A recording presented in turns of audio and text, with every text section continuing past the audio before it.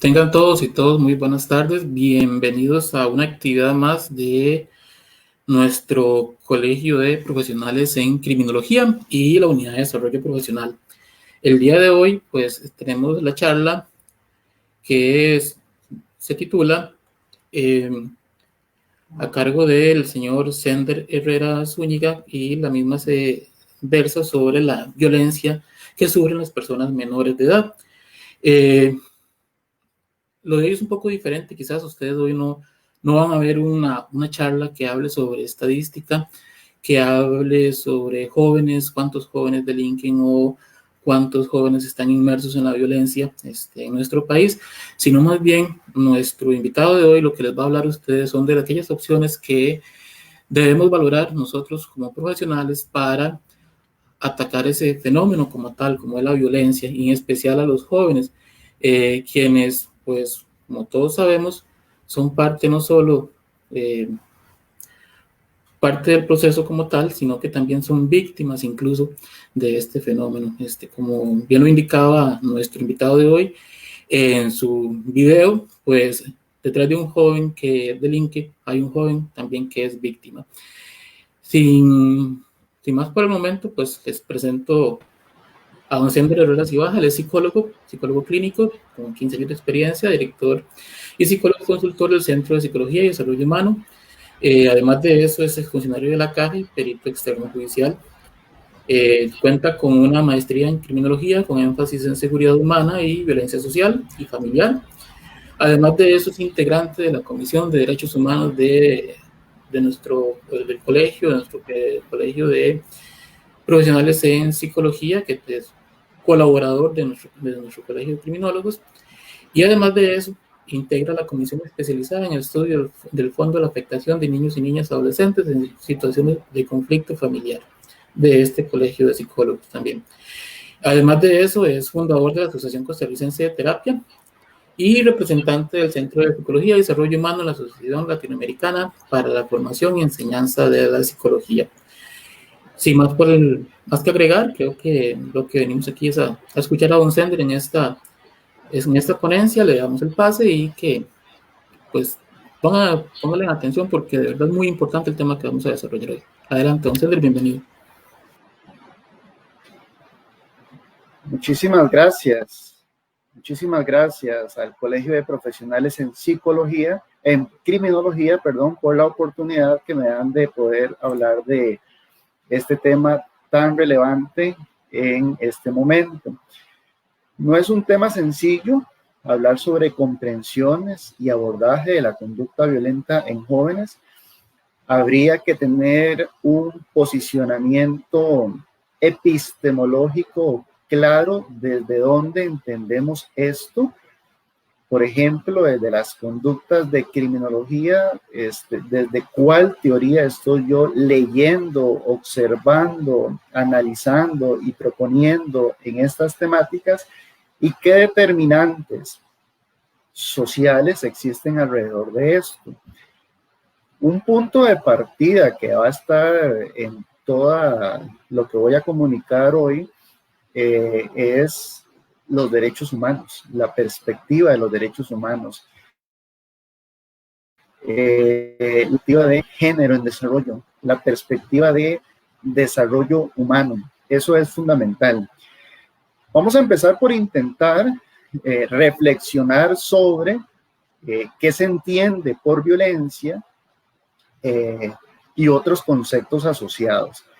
Por ejemplo, en el informe mundial sobre la violencia, la Organización Mundial de la Salud la define como un uso deliberado de la fuerza física y poder, o el poder. Esta palabra poder es muy importante en el trayecto de lo que vamos a conversar, ya sea en grado de amenaza o efectivo contra uno mismo, hay una violencia personal, o hacia otra persona, es una violencia interpersonal, o un grupo o comunidad, que es una violencia hacia comunidades específicas.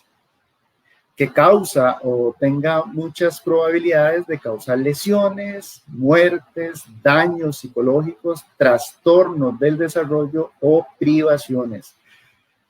La observación número 13 del Comité Internacional sobre los Derechos del Niño, denominada Derecho del Niño a no ser objeto a ninguna forma de violencia, define esta como toda forma de perjuicio o abuso físico o abuso mental, descuido o trato negligente, malos tratos o explotación, incluido el abuso sexual. Esto también en consonancia con lo que dicta el artículo número 19 sobre la Convención de los Derechos del Niño, promulgada en 1989 por la Asamblea de las Naciones Unidas y ratificada en Costa Rica para el año de 1990. Esto es importante mencionarlo porque en materia de derechos humanos y normativa en materia de niñez, adolescencia, existió primero la Ley Penal Juvenil antes que el Código de Niñez y Adolescencia. Y eso tiene que decir algo de cómo ha sido el abordaje del comportamiento delictivo en personas menores de edad. Por otro lado, o más bien integrando, entonces lo que estamos diciendo es, como número uno, y esta es la primera premisa, la conducta violenta es aprendida.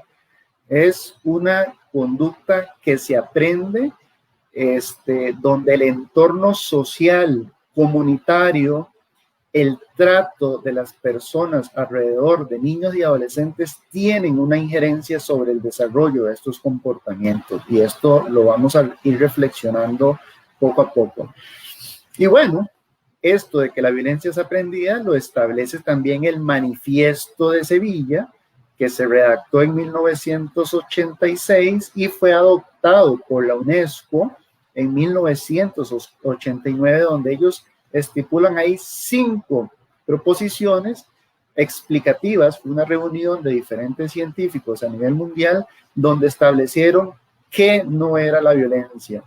Y se inspiraron en una obra de una antropóloga denominada Margaret Mead, en uno de los trabajos que ella desarrolló denominado La guerra es una invención, no una necesidad biológica.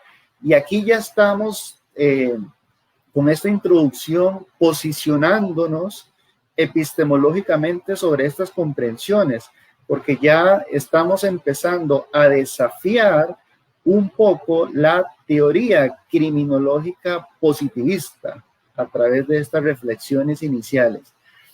Esto permite, o esto más bien remite, a la difícil comprensión y diferenciación entre agresión y violencia. Estos dos términos tienen que ser diferenciados y no es fácil diferenciarlos. Siendo la agresión una tendencia innata hacia la conservación y la violencia una intención de causar daño.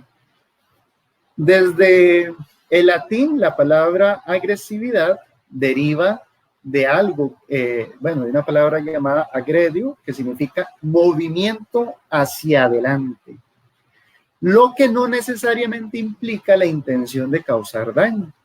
Esto lo dicen varios autores italianos en un libro denominado Adolescentes Violentos, es el nombre del libro. Ahora bien, violencia viene del latín vis, que significa fuerza. Esto es tomado de Ignacio Martín Baró, psicólogo social español que estuvo y desarrolló mucho su trabajo en El Salvador, donde fue asesinado. Hannah Arendt, muy conocida en materia de violencia, genocidio, crímenes contra la humanidad, etc., propone que la violencia es una manifestación de poder cuyo medio técnico instrumental es la disuasión, donde el poder es un factor primario y la violencia se intensifica ante la pérdida de este. Esta explicación de Hannah Arendt nos va acercando, por ejemplo, a una comprensión sobre los femicidios y feminicidios, que son dos conceptos distintos. Por tanto, Arendt dirá que la violencia nunca será legítima. Ahora bien, desde una perspectiva categórica y universal del estudio de las emociones, por ejemplo, el enojo es una emoción básica que se torna hostil ante la frustración o la provocación. Sin embargo, por aparte, la violencia es un comportamiento de control y poder que se va a caracterizar por las siguientes categorías. Estoy tratando de diferenciar el concepto de agresión del concepto de violencia. 6 aspectos que caracterizan el comportamiento violento son: 1, es intencional. Número 1, se hace con la intención consciente de hacer daño. Ya acá elementos como la imputabilidad, inimputabilidad, etcétera, empiezan a jugar un papel importante. Se hace con una intención. Número 2, es un franco acto de poder y de sometimiento. Usted lo puede observar en la conducta de bullying, por ejemplo, en los centros educativos, y también lo puede observar en las conductas violentas en las relaciones de pareja en edades tempranas entre personas adolescentes. Uno de los motivos que más atienden los juzgados penales juveniles en nuestro país, Costa Rica, es la conducta sexual abusiva. Y esto tiene una característica de poder y sometimiento. Pero con esto doy la segunda premisa con relación a este tema. La primera es que la conducta violenta es aprendida. Y en materia de niñez y adolescencia tendríamos que decir la segunda premisa, y es que la violencia es reactiva. ¿Qué quiere decir eso? Que la persona está reproduciendo un esquema de violencia que también fue desarrollado hacia sí mismo. Por ejemplo, es usual observar en personas que han sido procesadas desde la ley penal juvenil por conductas sexuales abusivas, que en su historia de vida también han sido víctimas de abuso sexual. Una tercera característica del comportamiento violento es la recurrencia. Eso es muy importante. Eso tiene que ver con intensidad, duración, frecuencia y magnitud. ¿Con qué recurrencia ocurre el acto? Eso también tiene que ver con el proceso de toma de decisiones que se ha desarrollado por parte de la persona. Una cuarta característica es que se incrementa con el tiempo. Y esto, por ejemplo, el concepto de Eleanor Walker sobre el ciclo de la violencia en las relaciones de pareja se explica porque conforme se va cumpliendo un ciclo de violencia y se va repitiendo y con el tiempo se va presentando con frecuencia e intensidad, esta va incrementándose. También, como quinto aspecto, es selectiva. Eso es muy importante. La persona muchas veces ejerce un comportamiento violento en un contexto, pero en otro no. Usualmente, como es un ejercicio de poder, busca personas víctimas que tengan características consideradas perceptualmente inferiores, como por ejemplo temas de autoestima, baja autoestima, aislamiento social, personas físicamente más vulnerables que otras, son situaciones que dan cuenta de cómo las personas victimarias seleccionan a las personas víctimas. Y la sexta característica de la violencia es la transgresión de derechos. Transgrede la integridad de la otra persona. Entonces, estoy tratando de integrar acá. La agresividad sirve para definir el territorio de cada uno y hacer valer su derecho, supervivencia, conservación, mientras que la violencia rompe no solamente los límites propios del propio territorio psicológico, social, comunitario, sino también el del otro. Invade mediante una fuerza destructora. El doctor Murueta propone 10 factores para que se generen estas acciones violentas. Antes de citarla, voy resumiendo. 2 premisas que ya hemos dicho: la violencia es aprendida, y número 2, en personas menores de edad, inicialmente las consideramos reactivas, es decir, están respondiendo a un patrón de violencia del cual fueron víctimas. La persona víctima se convierte en persona victimaria, y desde una perspectiva de protección de la niñez y la adolescencia se atiende y se buscan mecanismos de abordajes tanto para la persona víctima como también para la persona victimaria, y eso es muy importante principalmente para los que están trabajando en escenarios educativos. También es importante decir, antes de hablar de las 10 factores que generan acciones violentas, según el doctor Murueta, que de alguna manera, ¿verdad? De alguna manera, esto que se está planteando da cuenta de las acciones que se están realizando para prevenirlas. Y en esa parte es donde ahorita vamos a intentar dar algunas propuestas. Bueno, el doctor Murueta dice que 10 factores que son importantes reconocer en esto de que las personas desarrollan violencia es, primero, haber sido objeto de violencia previamente, especialmente durante la infancia. Y aquí hay algunos aspectos importantes que decir. Las situaciones adversas en la infancia generan situaciones que tienen muchos nombres, como por ejemplo, trauma complejo. Situaciones de desorganización interna que, si no se cuenta con los elementos de contención sociales, comunitarios y de políticas públicas pertinentes, van desarrollándose en comportamientos desorganizados que se manifiestan en comportamientos violentos en muchas de las ocasiones. Un segundo aspecto es la frustración, el fracaso o el estancamiento prolongado y prevaleciente.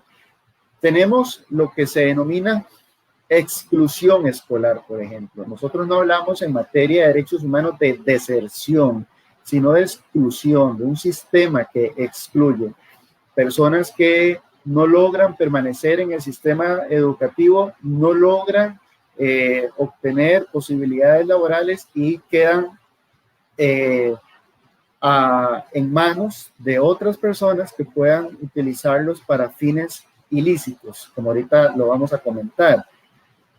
Un tercer punto son presiones y carencia de opciones de salida, es decir, son personas que se sienten y empiezan a desarrollar desesperanza, que su situación no tiene salida. A veces hemos entrevistado a personas que, por ejemplo, dicen, estoy siendo abusado sexualmente, mi familia, nadie me cree. Se suman otros factores como, por ejemplo, diversidad sexual y otros, entonces tienen un rechazo y discriminación comunitario.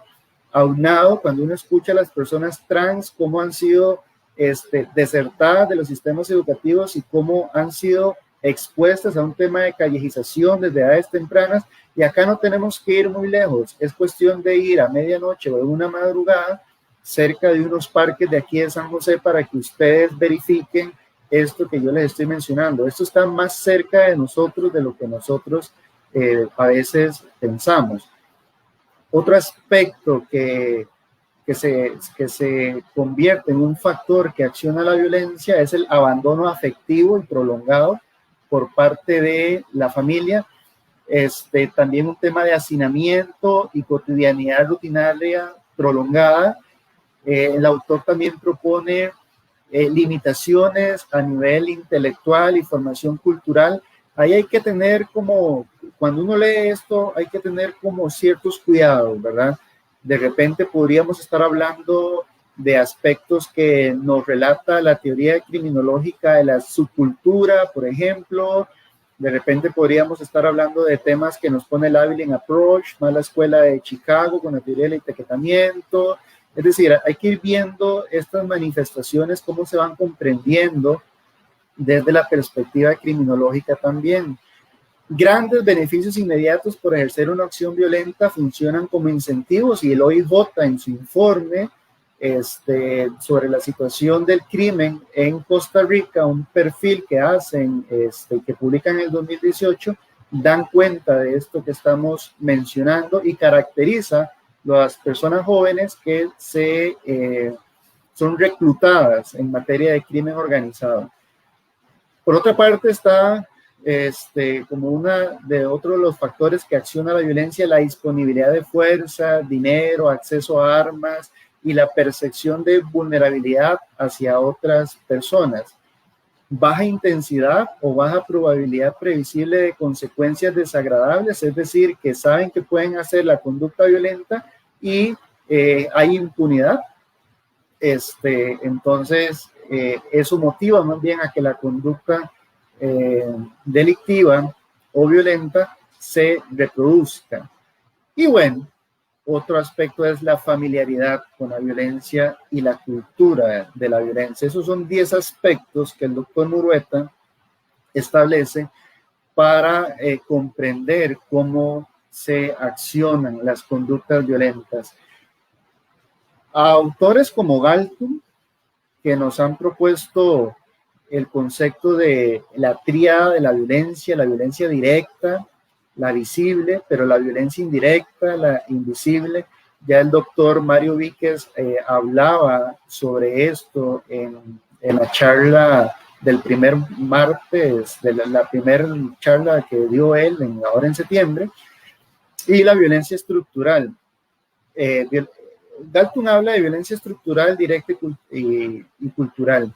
Entonces, acá, para comprender un comportamiento violento, tendríamos que ver las diferentes dimensiones de la violencia. Por ejemplo, violencia estructural, una violencia que nace de las mismas estructuras del Estado, de las mismas instituciones. Ese es un primer elemento de análisis.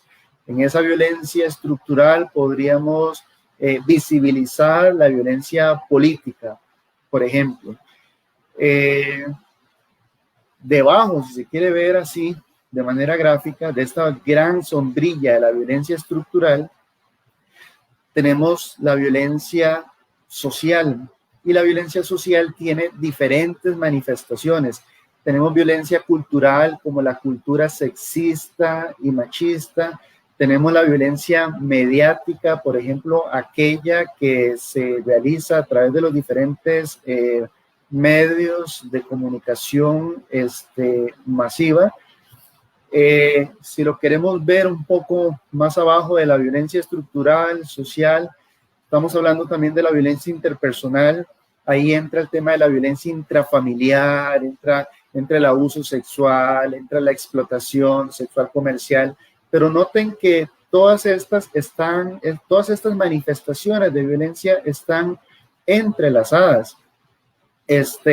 Encontramos ahí también la violencia, entre la violencia familiar, encontramos la violencia parentofilial, que es la violencia de papás o quienes ejercen la figura de papás y mamás, sobre la persona menor de edad, y eso da un efecto. La violencia filioparental, es decir, la violencia de niños y adolescentes y personas jóvenes hacia sus progenitores. Entonces, muchas veces, cuando se trata de niños y adolescentes que agreden a sus cuidadores, hay también que revisar si no han sido víctimas de la violencia parentofilial. Otra perspectiva para ver esto es un modelo ecológico también, que nos habla de analizar las estructuras, por ejemplo, el macrosistema, que es la sociedad en general con toda su institucionalidad, el exosistema, que es analizar las comunidades de manera particular, el microsistema, que es el análisis de los entornos familiares, y la parte individual, que es la persona en sí misma. Es decir, yo no puedo analizar una conducta violenta de un niño y de un adolescente sin revisar esta teorización de violencia como grandes sombrillas que sostienen este comportamiento violento, entendiéndolo como aprendido y reactivo, que es lo que hasta ahora he estado mencionando. Fíjense que aquí en el país, en el 2017, se hizo una revisión sistemática sobre los determinantes de la violencia que afecta a niñas, niños y adolescentes. Es un documento publicado y fechado en el 2017. Y aquí ellos citan algunas manifestaciones de violencia contra niños, niñas y adolescentes que luego se vuelven también reactivas. Inician desde edades tempranas, el abuso prenatal, por ejemplo, esa violencia que se ejerce contra una mujer y en estado de embarazo, la segregación de sustancias, el cortisol, todo lo que eso provoca a nivel de desarrollo evolutivo del feto y la exposición de violencia en la que se encuentra su madre. Luego de nacer, se encuentran manifestaciones de violencia como el síndrome del niño sacudido, que el Hospital Nacional de Niños tiene estadísticas al respecto.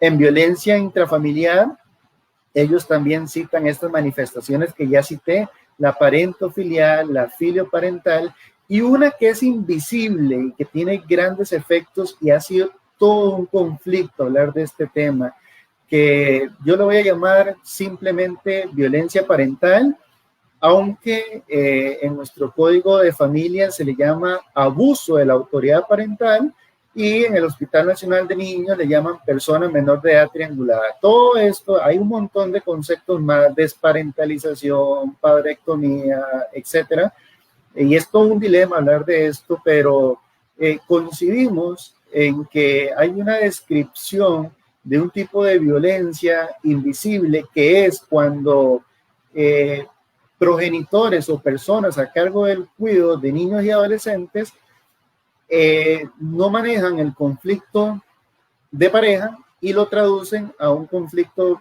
parental, es decir, utilizan a los niños y a las niñas y a los adolescentes como un instrumento de guerra. Y esto es todo un tema, ¿verdad? Esto es todo un tema porque lamentablemente muchas de estas descripciones nacen de una teoría que ahorita, al menos en el país, es innombrable por razones claras.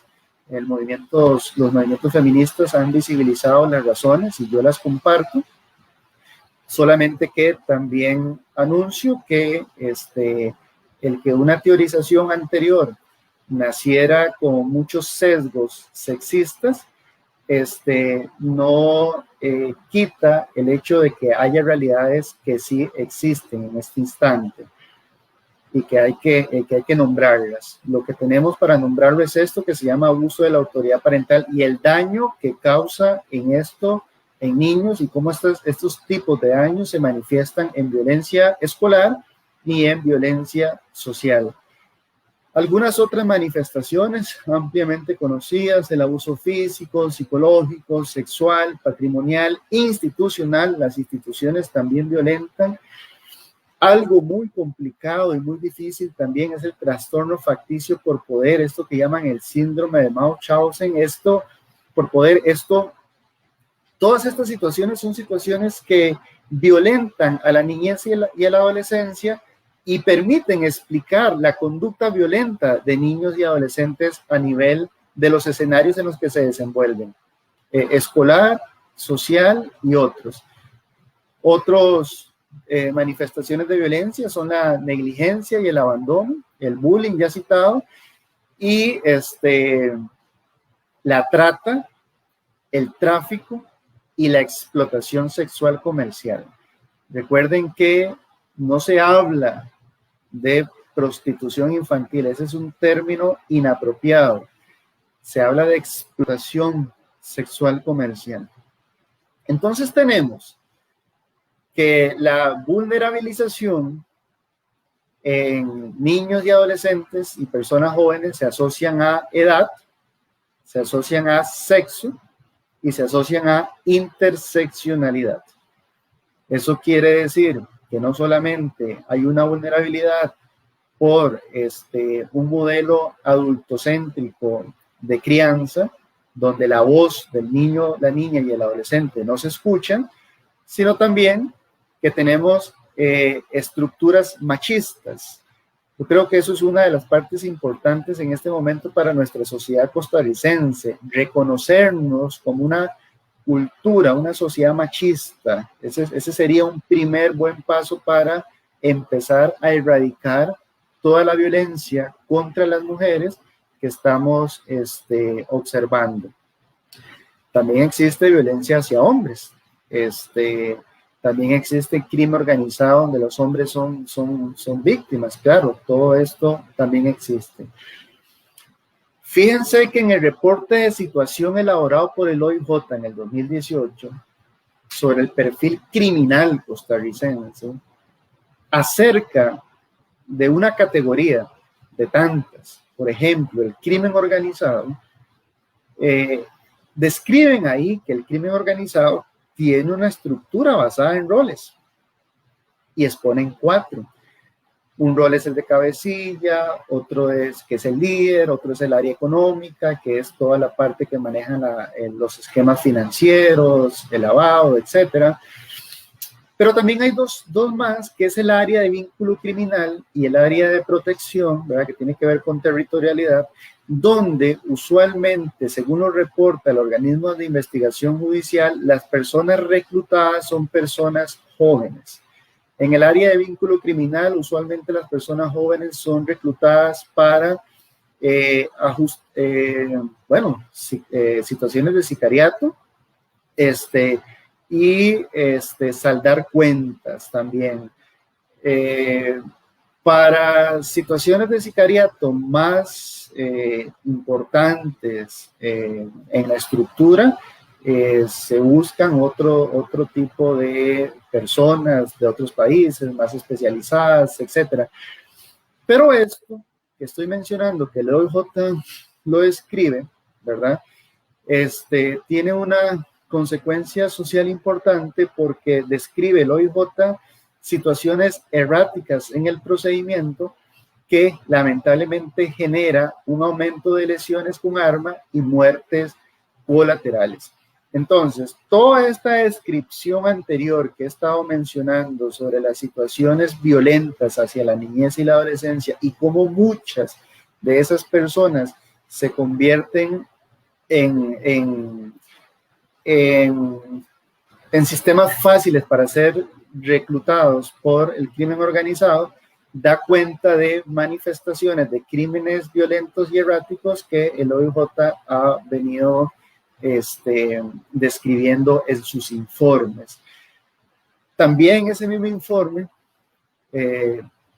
dice el OIJ que acerca del consumo de marihuana y drogas sintéticas, este consumo se da mayoritariamente en personas jóvenes, y aquí tendríamos entonces que hablar del consumo problemático, es decir, personas que, según describe el OIJ, no solamente se caracterizan por tener niveles bajos en educación, ya vimos el concepto de exclusión educativa y por qué se da, sino también por sus relaciones familiares y comunitarias débiles, no desarrollan habilidades de afrontamiento. Entonces son víctimas de fácil acceso para este tipo de situaciones.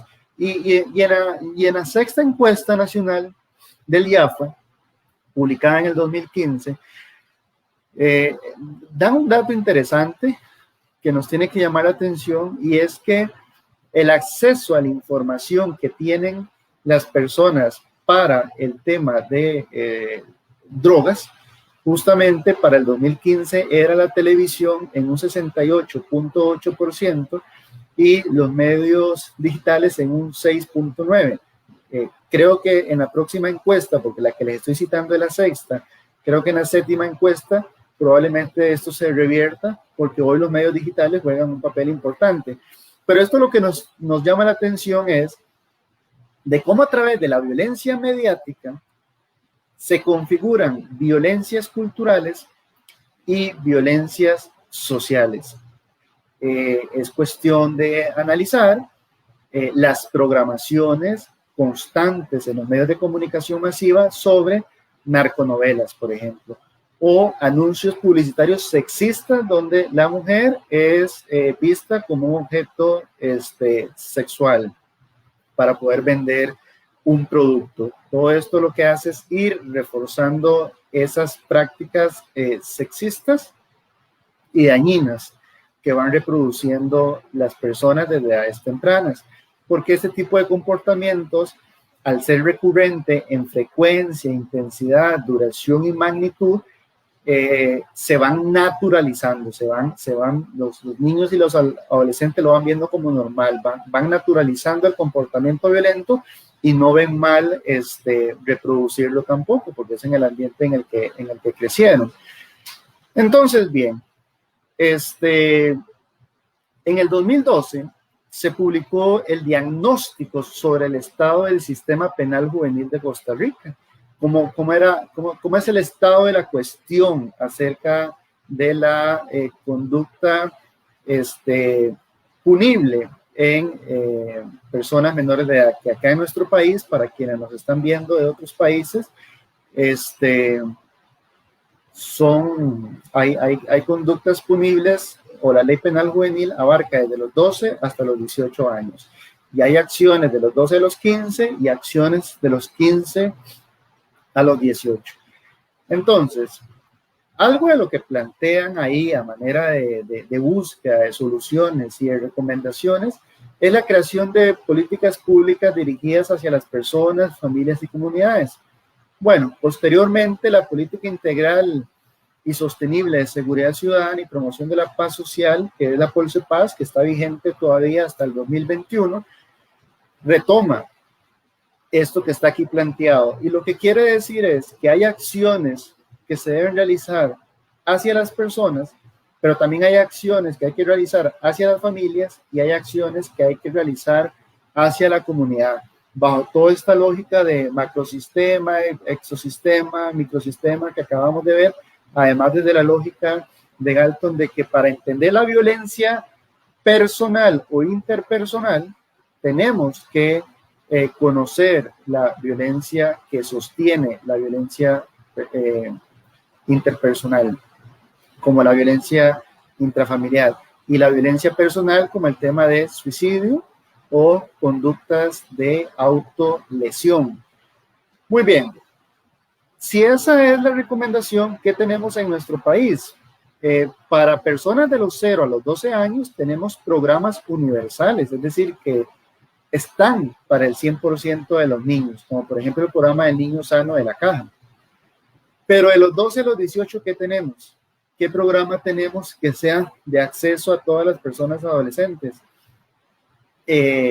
Tenemos muy pocos para no decir que ninguno. Lo que más tenemos es la ley de justicia penal juvenil. Ahora, ustedes dirán, yo en mi comunidad conozco este proyecto, o yo vi que en tal escuela hicieron eso. Sí, y son buenas prácticas, pero no son programas universales. Y esa es la parte que quiero llegar a este momento para ir concluyendo ya mis ideas. Existen teorías de prevención. En los documentos, al menos institucionales, encontramos 3 teorías, pero más 2 en particular. La primera es la prevención primaria, secundaria y terciaria. Y la segunda es la prevención universal, selectiva e indicada. ¿Qué quiere decir eso? Prevención primaria es todas aquellas acciones que hacemos para que las cosas no sucedan. Es decir, yo voy a hacer un programa de prevención del bullying, por ejemplo, para que no haya bullying en mi centro educativo. Entonces yo hago una serie de acciones sostenidas en el tiempo y en los años para que esto no se dé. Eso sería prevención primaria. Pero si se presenta bullying, ya la prevención primaria falló. Ya hablaríamos de prevención secundaria. Y según se trate de la gravedad, habría que ver si el mismo centro educativo puede o no puede, con sus protocolos, poder hacer el abordaje necesario. Si no pudiese, porque ya se trata de un tema de conductas altamente violentas, que implica tema de drogas, que implica tema de armas, ya no hablaríamos de una prevención secundaria, sino de una prevención terciaria, que no solamente implica acciones rehabilitantes, sino que articulación con otras instituciones más allá de la institución educativa. Lo estoy poniendo como un ejemplo solamente. Ahora bien, el otro tipo de prevención, que es la prevención universal, selectiva e indicada, es supremamente importante porque la prevención universal nos habla de que el 100% de las personas tengan acceso a ese programa. Es que es muy diferente hablar de actividades, de proyectos y de programas. Un proyecto es una municipalidad que dijo voy a financiar un proyecto de bebé, piénsalo bien, para el tema de prevención del embarazo en la adolescencia y violencia en las relaciones de noviazgo, y de 800 estudiantes escoge a 40 y por 3 meses le dan las charlitas. Eso no es prevención universal. No es prevención universal, es que el 100% de la población tenga acceso a estos programas. Sí existen en el país, no estamos diciendo que no existen, pero no son de cobertura nacional, a pesar de que los programas dicen que sí lo son. Después tenemos la prevención selectiva, que es una prevención focalizada, es decir, encontramos a un grupo organizado dentro de un colegio que está delinquiendo y se hacen acciones selectivas para ese grupo, qué sé yo, porque están consumiendo, o indicadas, porque ya están entrando en un tema de pandillas y ocupan algo más que el sistema educativo no lo puede brindar. Entonces, en materia de abordajes, hay que entender que deben de existir programas primarios, programas de prevención secundaria, programas de prevención terciaria. Y esto es importante porque en ocasiones vamos a atender una situación de violencia social y violencia escolar con mecanismos de prevención primaria cuando ya estamos en una situación que es terciaria, o a veces una situación que es para atender desde una dimensión secundaria, la atendemos de una manera muy drástica desde acciones terciarias. Entonces estamos hablando de acciones descontextualizadas. De la misma forma sucede con la prevención universal, selectiva e indicada, para lo cual hay decenas de documentos, de planes, de estrategias. Existe un plan nacional para la erradicación de la violencia. Creo que estaba hasta el 2020, me parece, 2019, habrá que actualizarlo, pero el reto es que sean acciones primarias y acciones universales si queremos disminuir la violencia en personas jóvenes, en niñez y adolescentes. Bueno, voy a dejarlo por acá en este momento.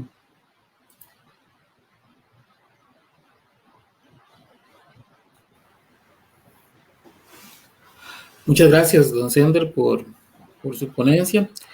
Tenemos algunas preguntas que han hecho las personas que están viendo la transmisión. Se las voy a hacer llegar en este momento para que usted amablemente nos dé respuesta. Nos preguntan, ¿cómo puede explicar el incremento de las manifestaciones de violencia contra las personas menores de edad a manos de sus padres, madres o encargados? Este aspecto sobre la crianza deficiente es un tema que lamentablemente la sociedad del Estado no ha dado solución. A partir de ahí, ¿qué propuestas nos aportaría usted a partir de su experiencia en cuanto a este fenómeno como tal? Efectivamente hay un incremento y ha sido, y está registrado, algunos autores costarricenses, por ejemplo, en el Instituto de Investigaciones Psicológicas de la Universidad de Costa Rica y el mismo UNICEF, han venido recabando información de por qué es que esto se da, por qué es que la cultura costarricense sigue teniendo estas tendencias. Bueno, explican algo que le llaman deseabilidad social. La deseabilidad social es que yo quiero un niño bueno y calmado. Básicamente un niño que no me genere ninguna alteración de ningún tipo, ¿verdad? El típico niño que está callado y se porta bien. La deseabilidad social explicada desde ahí, lo que nos quiere decir es que cuando esto no sucede, la persona que cuida está más pendiente de que el niño le obedezca, que el niño aprenda una habilidad para comportarse en un contexto determinado. Eso no está sucediendo. Entonces, es una crianza adultocéntrica centrada, que el éxito de la crianza en la cultura costarricense es, hágame caso. Y si usted no me hace caso, desde una estructura de poder y bajo este concepto de deseabilidad social, yo voy a utilizar estrategias coercitivas, que además en la estadística sobre maltrato, publicada también en nuestro país, dice que el maltrato físico es altamente considerado apropiado en la cultura costarricense. Se acompañan esos dos factores para que se traduzca el estilo de crianza en un estilo de crianza violento. Y el niño en su etapa evolutiva de desarrollo no tiene los recursos para procesar cognitivamente esa información. Por tanto, suceden unas situaciones a nivel emocional, a nivel psicológico, que le llamamos de muchas formas, pero trauma complejo es una de ellas. Tenemos una sociedad adultocéntrica que sigue tratando a los niños y adolescentes como un objeto de cuidado.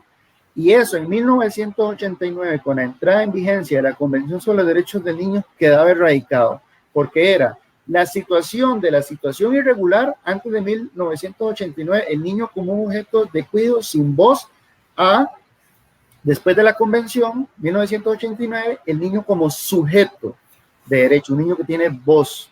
Pero eso no se da, eso no está existiendo en este momento. Y otro factor que los investigadores costarricenses han determinado en esto es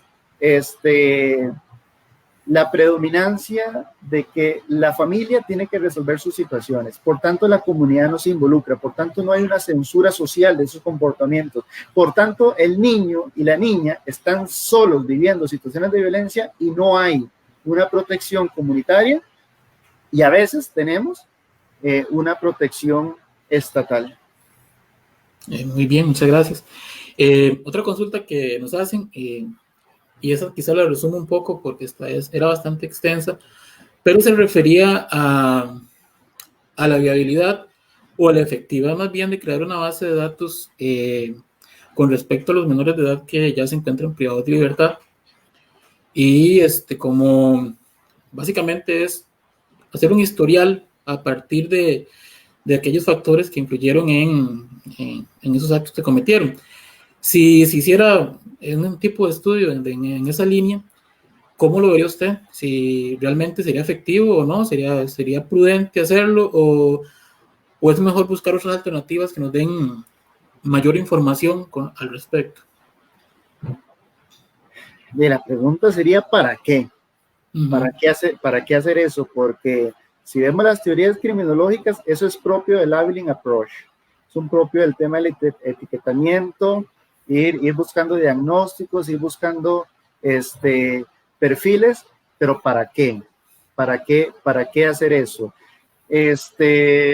desde una perspectiva de derechos humanos, estamos entendiendo que el adolescente violento ha sido víctima de violencia, salvo que tenga un trastorno psicopatológico a nivel de su sistema prefrontal, principalmente, ¿verdad? Pero ya ese sería otro caso. Para eso se hacen las evaluaciones médicas y forenses.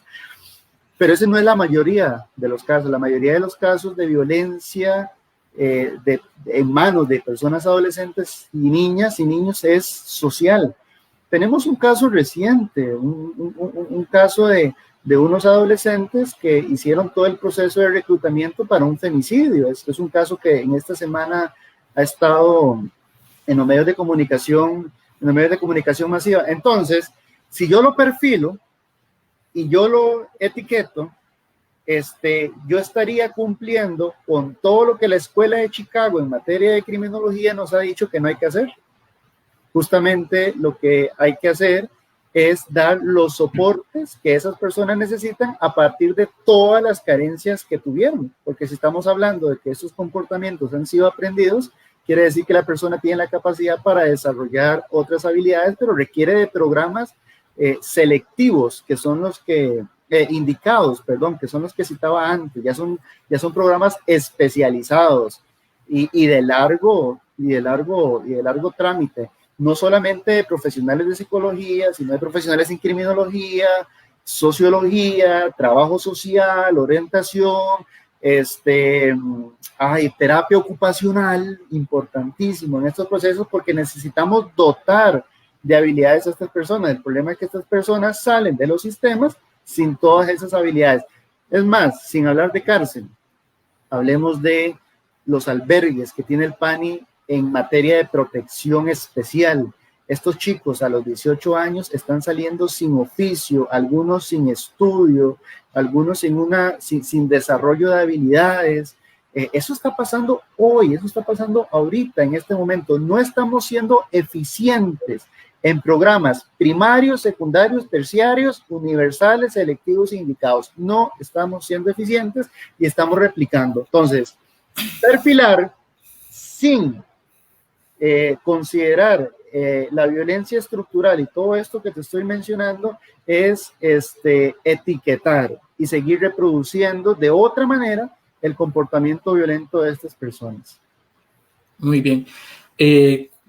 Ya para terminar, la última pregunta, y con respecto a lo que usted menciona sobre la violencia estructural, algo que usted mencionó durante su ponencia es el cómo afecta, por ejemplo, la violencia de la mujer desde el embarazo, e incluso la violencia que pueda sufrir en el momento del parto, por ejemplo, que pues para nadie es un secreto que muchas mujeres son víctimas de violencia en el momento de dar a luz también, por parte del mismo Estado incluso, y cómo se traslada esos efectos de esa violencia que sufren las mujeres al feto, al niño, y posterior como esos traumas que generó esa violencia en la mujer, pues son trasladados también al niño, y cómo eso va afectando ese proceso de madurez de esa persona.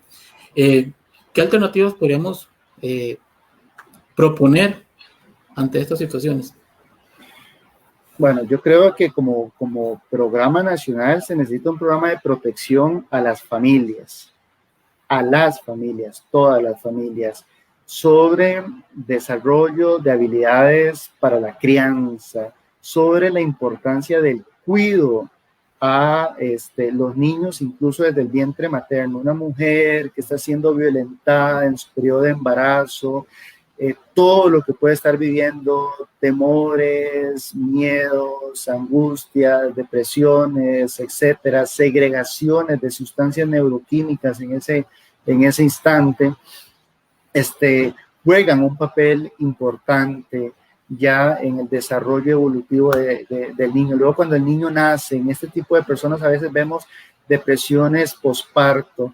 Entonces, no pueden abrigar al niño. El niño cuando nace y en su desarrollo hasta los 12 años, pero en el resto de la vida, pero digamos en estos primeros 12 años, necesita 4 cosas: estructura, conexión emocional, cuidado y desafío. Y cuando estas 4 cosas están carentes, principalmente la parte de la conexión emocional, el niño mentalmente va creciendo como con un vacío, por así decirlo, una parte que no le permite conectar su cuerpo con su mente, con sus emociones, con las otras personas, con la sociedad, etcétera. Entonces, la crianza, tenemos que decir así, es un acto político.